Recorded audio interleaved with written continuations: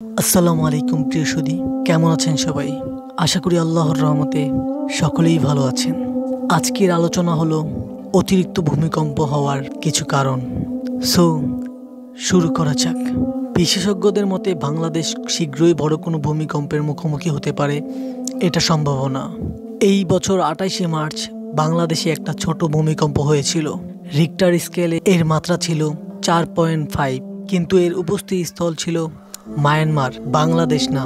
কিন্তু কিছুদিন আগে বাংলাদেশে যে ভূমিকম্প হয়েছে তার উৎপত্তি স্থল হলো বাংলাদেশের নরসিংদী গোড়াশাল থেকে উৎপত্তি হওয়া এই ভূমিকম্পের মাত্রা ছিল 5.5। একই সাথে ভারতের পশ্চিমবঙ্গে কলকাতায়ও ভূমিকম্প অনুভূত হয়।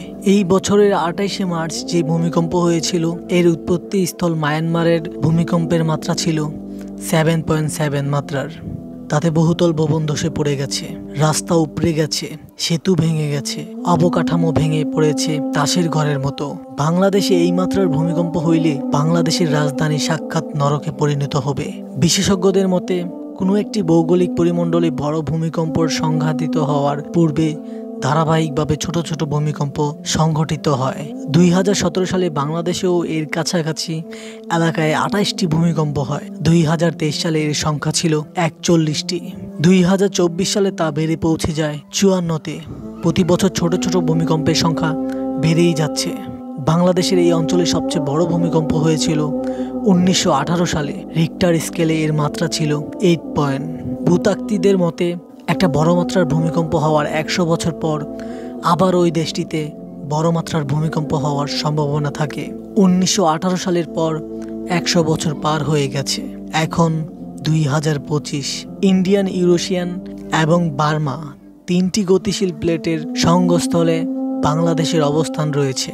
বাংলাদেশের অবস্থান বলে যে কোনো সময় বাংলাদেশে বড় ধরনের ভূমিকম্প আঘাত আনতে পারে।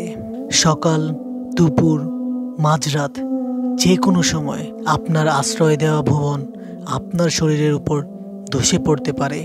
ঢাকায় যদি 7 মাত্রার একটি ভূমিকম্প হয় তবে 72,000 ভবন ধসে পড়বে। ঢাকায় 2,10,00,000 মানুষের বাস।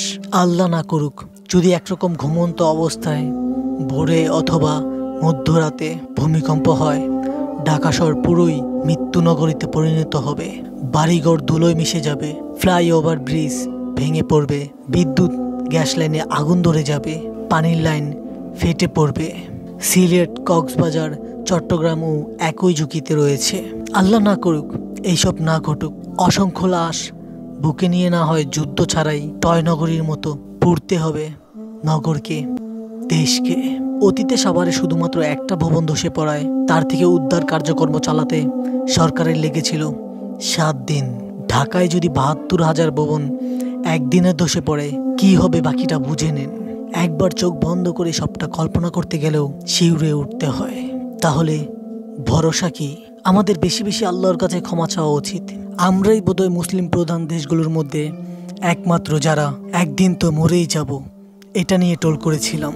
আমরা ঘুম থেকে উঠে ফেসবুকে এসে ভূমিকম্প নিয়ে টোল করি, হাসি তামাশা করি। বছর ঘুরে বর্ষার উপকূলে ঘূর্ণিঝড় হয় প্রত্যেকবার। যারা উপকূল হতে দূরে নগরে সেফ জোনে থাকে তারা বুলবুল ফোনে নিয়ে টোল করে ফেসবুক ভাষায়। আসলে সেফ জোন বলতে কিছুই নেই। আমরা সকল মানুষই আইসিইউর মতো লাইফ সাপোর্ট নিয়ে আছি, যে কোনো সময় মারা যেতে পারি। আল্লাহ আমাদের ক্ষমা করুন, সবাইকে প্রিয়জনদের হেফাজত করুন। হঠাৎ মৃত্যু নয়, বাঁচতে বাঁচতে ঈমান সহ যাতে মরতে পারি সেই দোয়াটুকু করুক। ভালো থাকবেন সবাই।